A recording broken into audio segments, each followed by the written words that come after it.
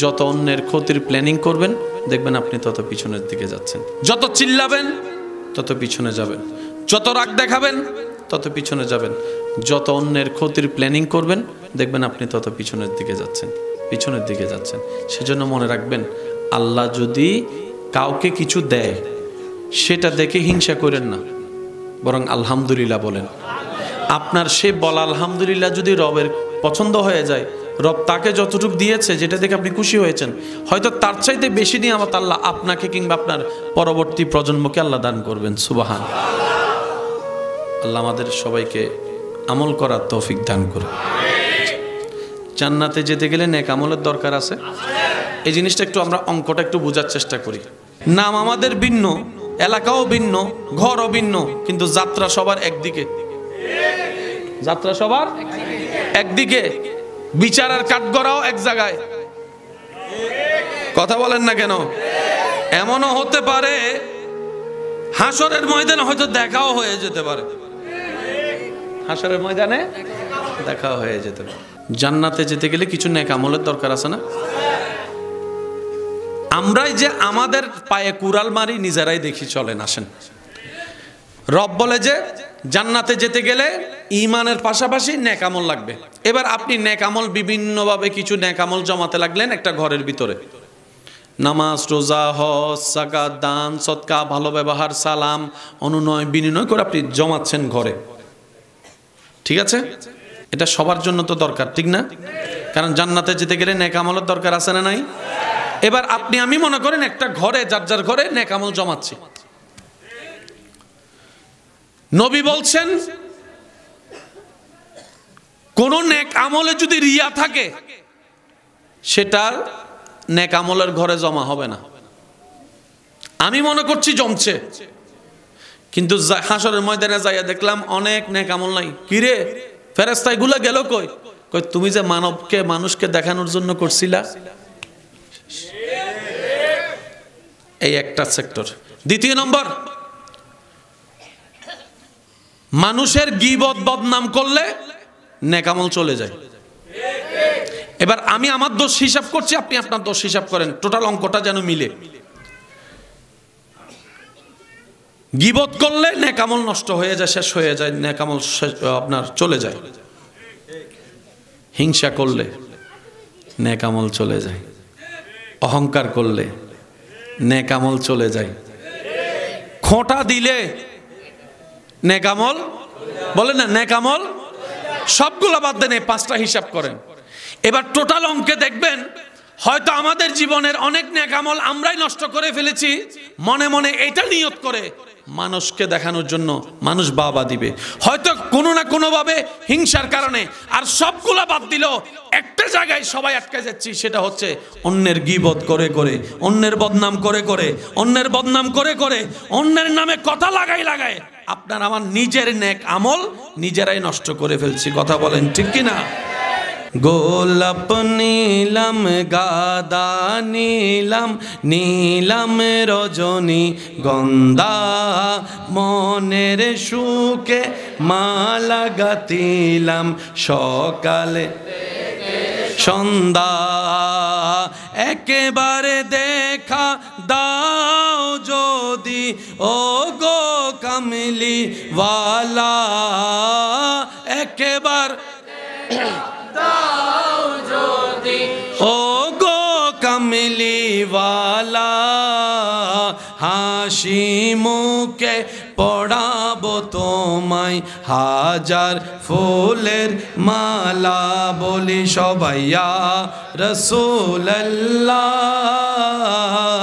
ইয়া। মাশাআল্লাহ, সবাই সবাই। গোলাপ নীলাম,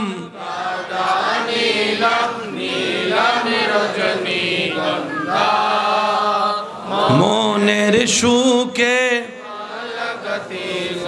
সকালে থেকে একেবারে দেখা দাও যদি ও গো কামলি ওয়ালা, একেবারে দেখা ও গো কামলি ওয়ালা, হাসি মুখে পড়াবো তো তোমায় হাজার ফুলের সবাই একই আওয়াজে ইয়া রাসূলুল্লাহ ইয়া উচ্চ আওয়াজ একবার বলি মারহাবা। নিজের নেক আমল নিজে নষ্ট করে দিচ্ছি নিজের দোষে। আপনারটা যদি আমি করতাম তাহলে আপনি আমারে দোষ দিতেন, আমারটা যদি আপনি করতেন তাহলে আমি আপনারে দোষ দিতাম। এবার নিজের পায়ে নিজেই করে। এবার বলেন কার দোষ কারে দিব? সেজন্য মনে রাখবেন, নেক আমল যদি জমাতে চাই, নেক আমল যদি আমরা জমাতে চাই, আমাদেরকে কয়েকটা জায়গায় ছিদ্র বন্ধ করতে হবে। সবার মনোযোগ চাচ্ছি, কঠিন নয়, সহজ। প্রথম দিকে যে কোনো কাজ তো কঠিন হবেই, প্র্যাকটিস করলে কঠিনও কি হয়ে যায়, সহজ। এক নাম্বার একটু খেয়াল করেন,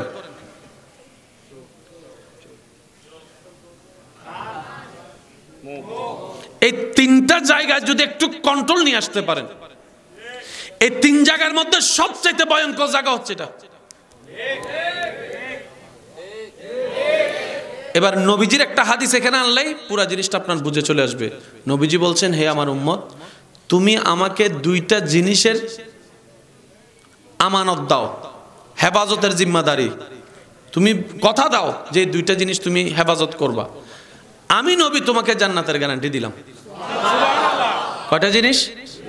ইয়া রাসূলুল্লাহ, সেই দুই জিনিস কি?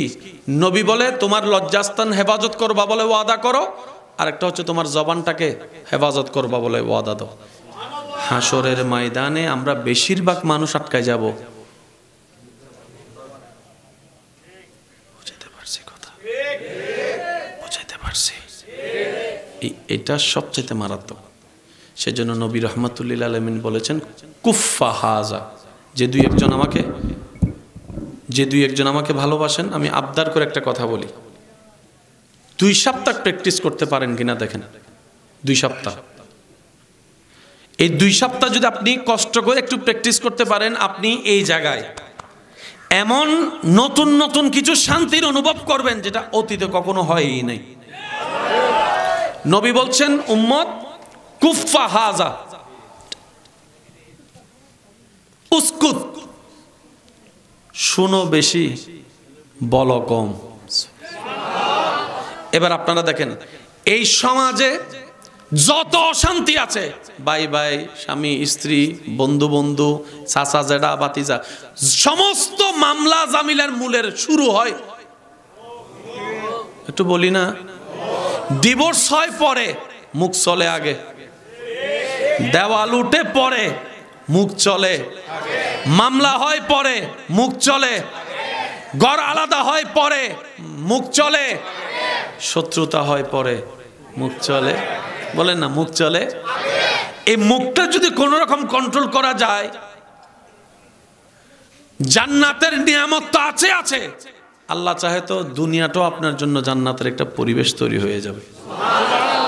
এবার আপনি যখন মুখ বন্ধ করবেন, তখন মিস্টার শয়তানে বিভিন্ন মানুষের উপর বর করে আপনাকে মুখ ভাঙানোটাকে নষ্ট করার চেষ্টা করবে। কিভাবে দেখেন, হাইরে গেছস মনে হয়, তুই দুর্বল হয়ে গেছস মনে হয়, তুই তো হইরে গেছস, তুই তো পরাজিত হয়ে গেছস, দেখছস বালা মানুষের দাম নাই। তুই যখন থেকে মুখ বন্ধ করছস, যে ছেলে তোর সামনে কথা বলার অধিকার রাখে না, সাহস রাখে না, দেখ সেও চিল্লাচ্ছে। আর কত চুপ থাকবি, আর কত সহ্য করবি, আর কত চুপ থাকবি, আর কত সহ্য করবি। এই প্ল্যানিংয়ে পড়ে আমরা অনেকে শয়তানের ফাঁদে পা দিয়ে ফেলি। যত অন্যের ক্ষতির প্ল্যানিং করবেন, দেখবেন আপনি তত পিছনের দিকে যাচ্ছেন। যত চিল্লাবেন তত পিছনে যাবেন, যত রাগ দেখাবেন তত পিছনে যাবেন, যত অন্যের ক্ষতির প্ল্যানিং করবেন, দেখবেন আপনি তত পিছনের দিকে যাচ্ছেন। সেজন্য মনে রাখবেন, আল্লাহ যদি কাউকে কিছু দেয়, সেটা দেখে হিংসা করেন না, বরং আলহামদুলিল্লাহ বলেন। আপনার সে বলা আলহামদুলিল্লাহ যদি রবের পছন্দ হয়ে যায়, রব তাকে যতটুকু দিয়েছে যেটা দেখে আপনি খুশি হয়েছেন, হয়তো তার চাইতে বেশি নিয়ামত আল্লাহ আপনাকে কিংবা আপনার পরবর্তী প্রজন্মকে আল্লাহ দান করবেন। সুবহান আল্লাহ আমাদের সবাইকে আমল করার তৌফিক দান করুন। জান্নাতে যেতে গেলে নেক আমলের দরকার আছে। এই জিনিসটা একটু আমরা অঙ্কটা একটু বোঝার চেষ্টা করি। নাম আমাদের ভিন্ন, এলাকাও ভিন্ন, ঘরও ভিন্ন, কিন্তু যাত্রা সবার একদিকে। যাত্রা সবার একদিকে, বিচার আর কাঠগড়াও এক জায়গায়, কথা বলেন না কেন? এমনও হতে পারে হাসরের ময়দানে হয়তো দেখাও হয়ে যেতে পারে, হাসরের ময়দানে দেখাও হয়ে যেতে পারে। জান্নাতে যেতে গেলে কিছু নেক আমলের দরকার আছে না? আমরাই যে আমাদের পায়ে কুড়াল মারি নিজেরাই দেখি, চলেন আসেন। রব বলে যে জান্নাতে যেতে গেলে ঈমানের পাশাপাশি নেক আমল লাগবে।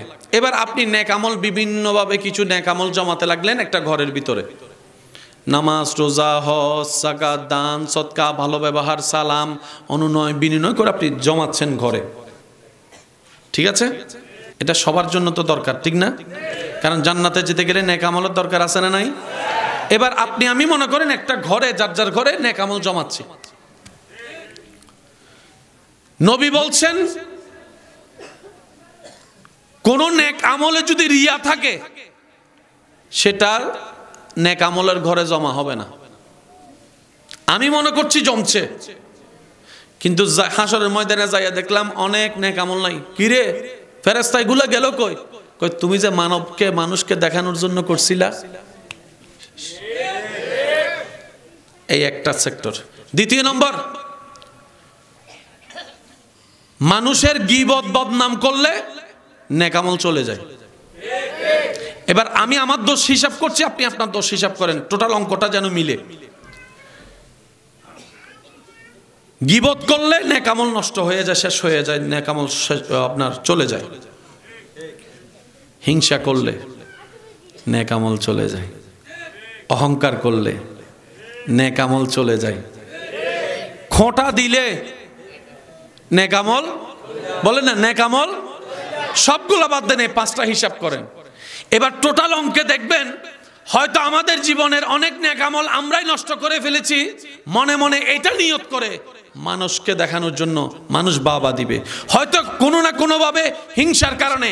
আর সবগুলা বাদ দিল একটা জায়গায় সবাই আটকে যাচ্ছি, সেটা হচ্ছে অন্যের গীবত করে করে, অন্যের বদনাম করে করে, অন্যের বদনাম করে করে, অন্যের নামে কথা লাগাই লাগায় আপনার আমার নিজের নেক আমল নিজেরাই নষ্ট করে ফেলছি। কথা বলেন ঠিক কিনা? গোলাপ নীলাম, গাদা নীলাম, নীলাম রজনী গন্ধা, মনের সুখে মালা গাতিলাম সকালে সন্ধ্যা, একেবারে দেখা দাও যদি ও গো কামলি ওয়ালা, একেবার দাও যদি ও গো কামলি ওয়ালা, হাসি মুখে পড়াবো তোমায় হাজার ফুলের মালা, বলি সবাই ইয়া রাসূলুল্লাহ ইয়া, মাশাআল্লাহ, সবাই সবাই। গোলাপ নীলাম, নীলাম নীলাম রজনী গন্ধা, মনের সুখে সকাল থেকে একেবারে দেখা দাও যদি ও গো কামলি ওয়ালা, একেবারে দেখা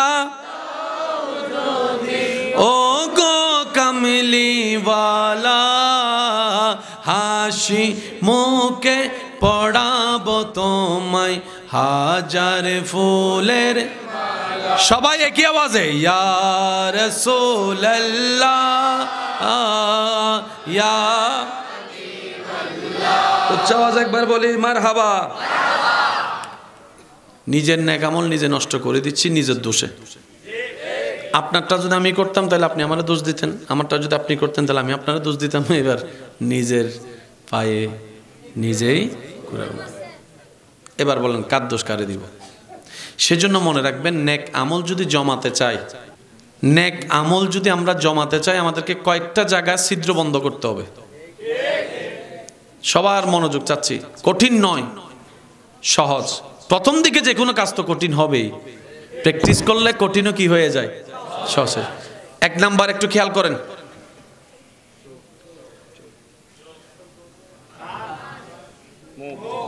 এই তিনটা জায়গায় যদি একটু কন্ট্রোল নিয়ে আসতে পারেন, এই তিন জায়গার মধ্যে সবচেয়ে ভয়ঙ্কর জায়গা হচ্ছে এটা। এবার নবীজির একটা হাদিস এখানে আনলেই পুরো জিনিসটা আপনার বুঝে চলে আসবে। নবীজি বলছেন, হে আমার উম্মত, তুমি আমাকে দুইটা জিনিসের আমানত দাও, হেফাজতের জিম্মাদারি। তুমি কথা দাও যে দুইটা জিনিস তুমি হেফাজত করবা, আমি নবী তোমাকে জান্নাতের গ্যারান্টি দিলাম। কয়টা জিনিস? ইয়া রাসূলুল্লাহ, সেই দুই জিনিস কি?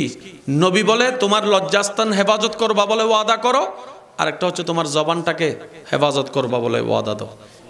হাসরের ময়দানে আমরা বেশিরভাগ মানুষ আটকায় যাব।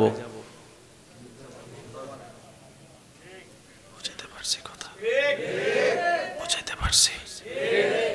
এটা সবচেয়ে মারাত্মক। সেজন্য নবী রাহমাতুল্লিল আলামিন বলেছেন, কুফফা হাজা, যে দুই একজন আমাকে ভালোবাসেন, আমি আবদার করে একটা কথা বলি, 2 সপ্তাহ প্র্যাকটিস করতে পারেন কিনা দেখেন। 2 সপ্তাহ, এই 2 সপ্তাহ যদি আপনি কষ্ট করে একটু প্র্যাকটিস করতে পারেন, আপনি এই জায়গায় এমন নতুন নতুন কিছু শান্তির অনুভব করবেন যেটা অতীতে কখনো হয়ই নাই। নবী বলছেন, উম্মত কুফফা হাজা, উসকুত, শুনো বেশি বলো কম। এবার আপনারা দেখেন, এই সমাজে যত অশান্তি আছে, ভাই ভাই, স্বামী স্ত্রী, বন্ধু বন্ধু, চাচা জেঠা ভাতিজা, সমস্ত মামলা জামিলার মূলের শুরু হয়, একটু বলি না, ডিভোর্স হয় পরে, মুখ চলে আগে। দেওয়াল উঠে পরে, মুখ চলে। মামলা হয় পরে, মুখ চলে। ঘর আলাদা হয় পরে, মুখ চলে। শত্রুতা হয় পরে, মুখ চলে। বলেন না, মুখ চলে। এই মুখটা যদি কোনো রকম কন্ট্রোল করা যায়, জান্নাতের নিয়ামত তো আছে আছে, আল্লাহ চাহে তো দুনিয়াটাও আপনার জন্য জান্নাতের একটা পরিবেশ তৈরি হয়ে যাবে। এবার আপনি যখন মুখ বন্ধ করবেন, তখন মিস্টার শয়তানে বিভিন্ন মানুষের উপর বর করে আপনাকে মুখ ভাঙানোটাকে নষ্ট করার চেষ্টা করবে। কিভাবে দেখেন, হাইরে গেছস মনে হয়, তুই দুর্বল হয়ে গেছস মনে হয়, তুই তো হইরে গেছস, তুই তো পরাজিত হয়ে গেছস, দেখছস বালা মানুষের দাম নাই। তুই যখন থেকে মুখ বন্ধ করছস, যে ছেলে তোর সামনে কথা বলার অধিকার রাখে না, সাহস রাখে না, দেখ সেও চিল্লাচ্ছে। আর কত চুপ থাকবি, আর কত সহ্য করবি, আর কত চুপ থাকবি, আর কত সহ্য করবি। এই প্ল্যানিং এ পড়ে আমরা অনেকে শয়তানের ফাঁদে পা দিয়ে ফেলি।